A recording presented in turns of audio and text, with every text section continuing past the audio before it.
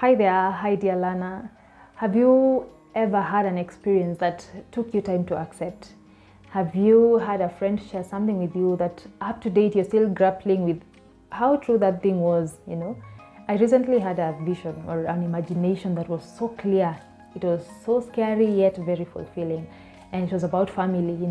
I saw raising teenagers in a very beautiful home and like having so many decisions to make. And for me that was very scary. It was like three in one. There was a lot going on in this vision.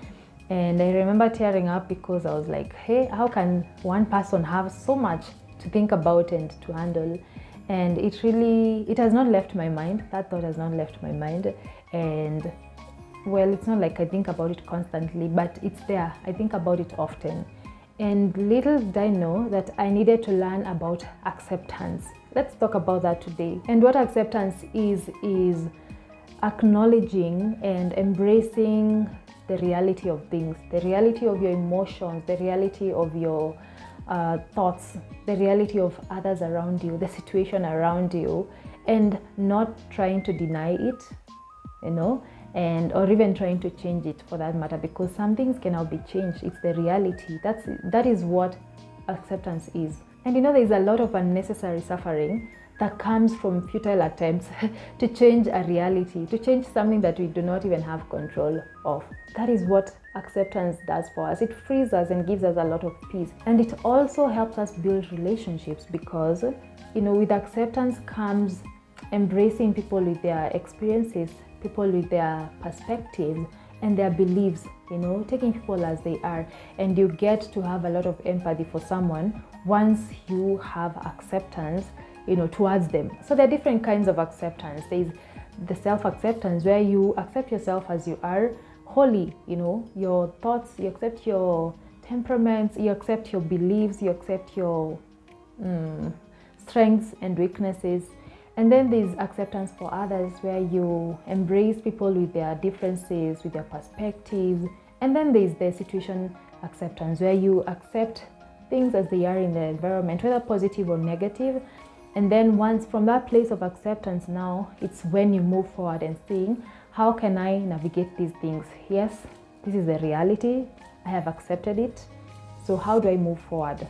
Those are the three kinds of acceptance that we need to think about. And I think for my case, situation acceptance is what I needed to understand, the thought, that vision that I had. I needed to understand what it was and be okay with it and see the reality of it. And then from there, now move forward. And I know one of the things that is so hard for us to accept is change.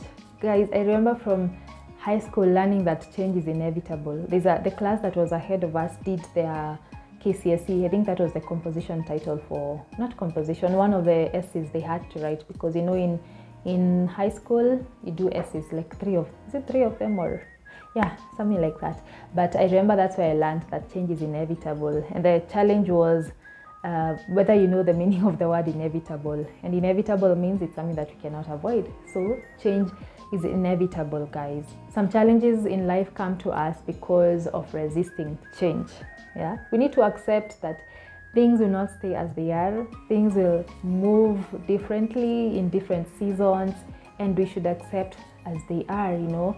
Whether it's hard or easy to accept, it needs to be done. We need to accept things so that we can move forward in a healthy way. And I think the faster we accept situations when they come, of course there are those that can be challenged and it's resolved there immediately, but there's some things that we don't have control of.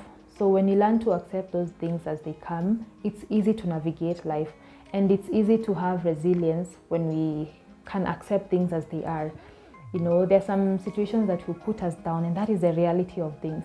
But the moment we accept that, this thing cannot be changed, it's really easy to spring back, as compared to allowing that thing to put you down and let you stay there. And I believe from that we can say that some of the benefits of self-acceptance is it relieves you of stress, it causes you to have a lot of resilience, it builds your relationships, and it also checks your mental health. It ensures that you have some sanity because, as we are saying, resisting change comes with a lot of suffering, and that also is reflected in our minds, our mental capacity can be affected because of that.